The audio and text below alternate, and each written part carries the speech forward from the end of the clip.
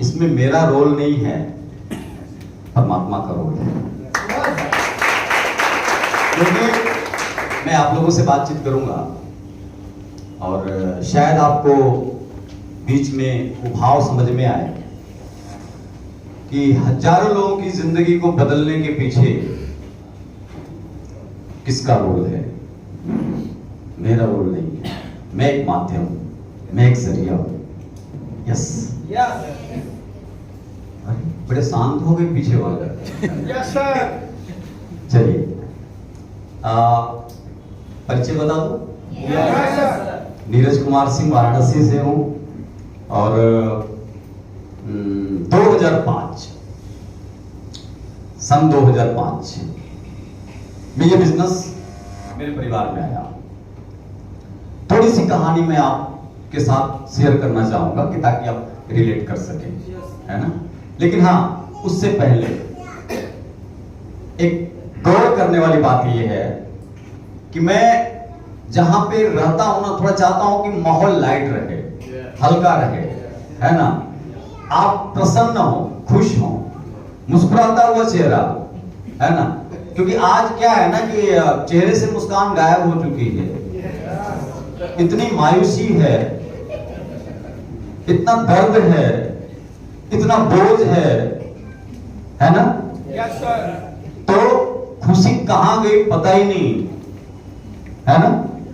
और पूरा मानव अपने जीवन में जो भी कार्य कर रहा है वो खुशी के लिए कर रहा है। मानव जीवन का परम लक्ष्य क्या है? खुश रहना। खुशी, कुछ भी करे, है ना, खुशी। लेकिन आज वो गायब हो चुका है। तो मैं चाहूंगा कि यहाँ पे इस 1-1.25 घंटे के दरमियान भूल जाइए आप अपने जॉब को, भूल जाइए उस क्षण को, आप यहां पे हो जाइए, इस क्षण को याद कीजिए, है ना। वर्तमान में आपको रहना है, न भूत में ना भविष्य में। यस, कहां पे रहना है? वर्तमान में रहना है। तैयार है मुस्कुराने के लिए? सबसे अच्छी औषधि है ये। आपका प्रसन्न रहना, अंदर से खुश रहना, इससे बड़ी दवा इस धरती पे बनी ही नहीं। Yes sir. तैयार है? टेंशन वहां का तो नहीं है ना, गेट वाला? नहीं, टेंशन मत लेना होगा। यहाँ पे आप खुश रहिए। तैयार है मुस्कुराने के लिए? यस। चलिए, मुस्कान के बारे में जो मैं फील करता हूं, जो मैं महसूस करता हूं, मैं आपको बता दूं कि हमारे समाज में, हमारे परिवार में, हमारे रिलेशन में, है ना, अगर हम एक दूसरे को देख करके खुश होते हैं, प्रसन्न होते हैं, मुस्कुराते हैं, है ना, तो जिंदगी क्या होती है? आनंदित होती है। होती या नहीं होती है? रिश्ते मजबूत होते हैं, होते या नहीं होते हैं? रिश्ते मजबूत होते हैं। इसलिए मुस्कुराइए। यस, क्या कीजिए? मुस्कुराइए, क्योंकि ये मुस्कुराना सिर्फ और सिर्फ मानव के बस में है। किसी गधे को मुस्कुराते हुए हमने आज तक नहीं देखा। देखा? आपने देखा क्या? नहीं सर। अगर गधा मुस्कुराने लग जाए तो समझ जाना आदमी बनने की तैयारी में है। अगर कोई आदमी गुम सुम, उदास, निराश, हताश बैठा है तो समझ जाना ये है ना। तो भाई इस क्षण जो है ना, आप सब यहाँ पे आ जाइए, है ना। सारे लोगों की निगाहें कहाँ होनी चाहिए? मेरी तरफ होनी चाहिए। तैयार हैं? एक्साइटेड हैं? चलिए, 2005 में मेरा जन्म हुआ इस बिजनेस में,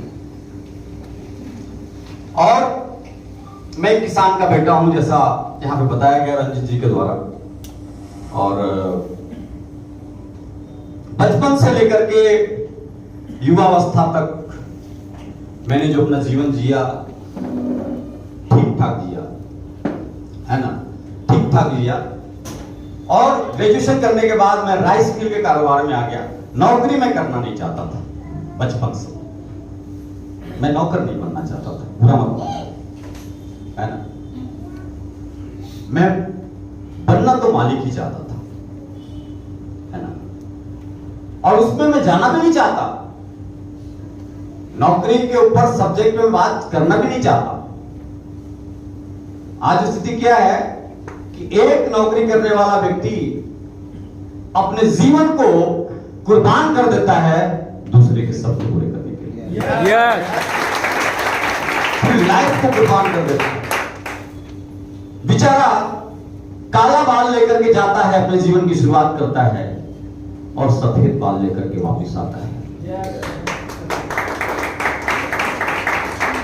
हकीकत यही है। और जब आता है, जब वो कुछ करने के लायक नहीं रह जाता है, तो उसके पास कुछ नहीं होता है, कुछ भी नहीं होता। सत्य यही है, राइट? बुरा मत मानिएगा। और ये एक सोची समझी चाल के तहत ऐसा किया गया। 150 साल राज अंग्रेजों ने किया था हिंदुस्तान की धरती पे, और उन्होंने वो छोड़े ना हिंदुस्तान को, तो सिर्फ यही चीज था कि ये हिंदुस्तानी अगले आने वाले 400-500 सालों तक गुलाम बने बैठे, गुलाम रहे, गुलाम। इसलिए उन्होंने स्पेशली किसको बुलाया था? लॉर्ड मैकाले को। ऐसी शिक्षा नीति बनाओ हिंदुस्तान में कि यहां का एक व्यक्ति पढ़ लिख जाए, है ना, प्रतिभाशाली बन जाए, टैलेंटेड हो जाए, तो वो नौकर बनना पसंद करे, मालिक नहीं। समझ में आ के बोलो हाँ। तो पूरा मत मानिएगा, है ना। तो मैं नहीं बनना चाहता था, मैं राइस मिल के कारोबार में आ गया। वैसे भी मेरे परिवार में ट्रांसपोर्ट का बिजनेस 1965 से रहा, और उस एरिया में बनारस में पहली बार बस की चेचिस आई। बहुत सारे ऐसे कार्य होते रहे। मुझे गर्व भी होता था अपने परिवार पे, फक्र भी होता था कि हम ऐसे परिवार से बिलोंग करते हैं। लेकिन हाँ, 2005 में जिंदगी बदली। 2005 में आरसीएम मेरे परिवार में आया, मेरे बड़े भाई के माध्यम से। आज हम 3 भाई इस बिजनेस के अंदर हैं, एक ही परिवार से। 2 एमराल्ड हैं और 1 रूबी है। और इस शख्सियत के माध्यम से आया ये बिजनेस। संजीव कुमार सिंह नाम है, मेरे सगे भाई हैं, और उन्होंने इस बिजनेस को ज्वाइन किया। बहुत सीधे, बहुत सरल व्यक्ति, कोई कुछ भी उनको समझा दे वो समझ जाते हैं, राइट? वो अपना दिमाग नहीं लगाते, तो उनको भी समझा दिया गया ये बिजनेस, और उन्होंने समझ लिया। और समझने के बाद सबसे पहले उन्होंने मुझे समझाया, राइट? क्या समझाया? बहुत सारी विशेषताएं बताई। एक तो बिना पूंजी के व्यापार, राइट? दूसरी विशेषता क्या बताई? खाली समय में, फालतू समय जो हमारा है उसमें हम कर सकते हैं। तीसरी विशेषता क्या बताई? इसके अंदर गोडाउन, स्टाफ, दुकान, किसी भी चीज की जरूरत नहीं है, घर से किया जा सकता है। नेक्स्ट विशेषता क्या बताई? कि आज के लिए नहीं, आने वाले समय में इस बिजनेस से हम बहुत पैसा कमा सकते हैं। बहुत सारी ऐसी बात है। अब सवाल इस बात का था कि बात बिजनेस की नहीं थी, बात भाई की थी। बात तो सारी ऊपर से निकल गई, समझ रहे हैं? बात भाई की थी, बिजनेस को ज्वाइन कर लिया, किट ले लिया।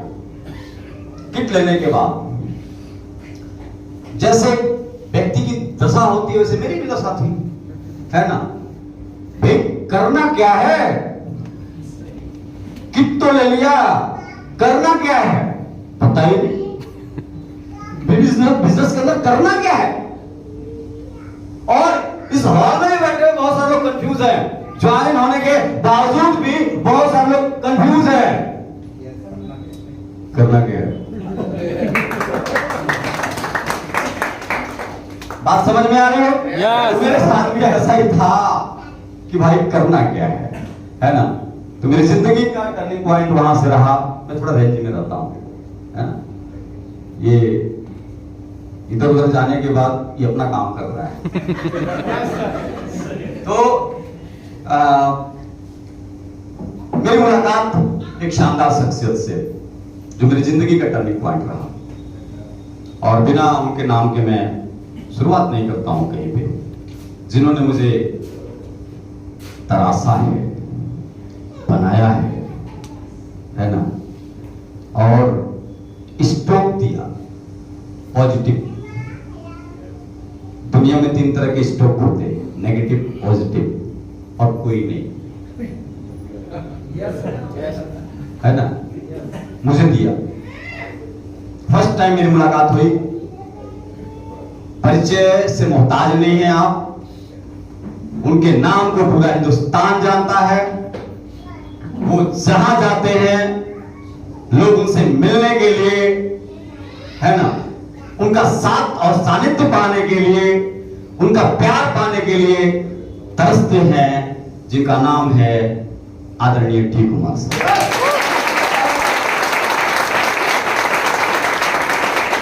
फर्स्ट टाइम मुलाकात हुई, मैं उनकी पर्सनालिटी से बहुत ज्यादा मोटिवेट हुआ।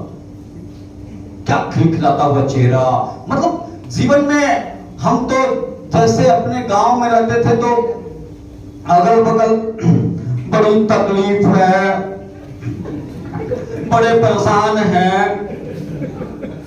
सब ऐसे ही मिलते थे। रोज किसी से बात करो कोई ना कोई समस्या, जिंदगी बड़ा खराब है, आज मौसम अच्छा नहीं है, मेरी पत्नी बीमार है, मेरी बकरी भाग गई। कहने का मतलब क्या है, बात को समझिए। ये चारों तरफ यही सुनने को मिलता था, राइट? लेकिन उनका खिलखिलाता हुआ और वो जो बॉडी लैंग्वेज था, वो जो कॉन्फिडेंस लेवल था, है ना, वाकई में मुझे वो शख्सियत समझ में आ गया। बिजनेस तो समझ में नहीं आया उस टाइम, बिजनेस तो समझ में नहीं आया, वो शख्सियत समझ में आए। और उनसे मेरी मुलाकात हुई, और मैं भी थोड़ा अपने रुआब में उस जमाने में, है ना, थोड़ा जानते ही हैं, भाई राइस मिल से भी तो लाखों रुपए आते ही थे, है ना, तो थोड़ा रुआब में था। मैंने उनसे बोला, सर ये बैंक की नौकरी करते हो आप, शानदार लाइफ जीते हो आप, और जैसा आपने बताया कि 15,000 रुपए की सैलरी बैंक देता है, और पार्ट टाइम आप आरसी बिजनेस करते हो, सर आपको क्या जरूरत है? जरूरत तो उनको है जो जीवन में कुछ नहीं करते, जो निठल्ले हैं, जो बेरोजगार हैं, है ना? आपको क्या जरूरत है? और इतना शानदार लाइफ जी रहे हो आप, और ये नमक तेल साबुन की बातें, है ना, लोगों के पास जाना, है ना, गिड़गिड़ाना, कर लो, है ना। तो ये मेरी बात समझ में नहीं आ रही है सर। तो उन्होंने मुझे जो बातें बताई वो मेरी जिंदगी का टर्निंग पॉइंट रहा। बातें क्या बताई? नीरज जी, मैं बैंक में जॉब करता हूं, बैंक मुझे उतना ही सैलरी देता है जितना मैं जी सकता हूं, राइट? मेरे सपने बहुत बड़े, बात समझ में आ रही है? Yes. मेरे सपने बहुत बड़े हैं। मैं जीवन में बहुत ऊंचाई पे जाना चाहता हूं, लेकिन बैंक अगर मेरे से लाखों रुपए कमाता है ना, मतलब मेहनत करवा करके लाखों रुपए कमाता है, तो मुझे 15,000 रुपए की सैलरी देता है। और ये बात मैं अच्छी तरीके से जानता हूं, है ना? Yes, sir. आप भी सहमत हैं इस बात से? Yes. लाखों रुपए कमाता है तो मुझे 15,000 रुपए की सैलरी देता है। इसलिए मैं आपसे कर रहा हूं कि आगे आने वाले दिनों में इतिहास गवाह है कि जो भी धरती पे परिवर्तन हुआ है, इस पूरे मानव बिरादरी ने उसका विरोध किया है, उसका मजाक उड़ाया है। आरसीएम का भी उड़ाया जाएगा, आरसीएम का भी विरोध होगा, है ना? लेकिन एक दिन वक्त ऐसा आएगा कि लोग इस इंडस्ट्री की ताकत को समझेंगे। टाइम विल कम, वक्त आएगा, लोग इस इंडस्ट्री की ताकत को समझेंगे। और इसलिए मैं इस बिजनेस को कर रहा हूं। कुछ चीजें जो मैंने उनसे समझने का प्रयास किया था वो मैं आपके बीच में बताना चाहता हूं। तैयार हैं? यस। थोड़ा इसको कर लीजिए, यहां पे सेंटर में कर दीजिए अगर पॉसिबल हो।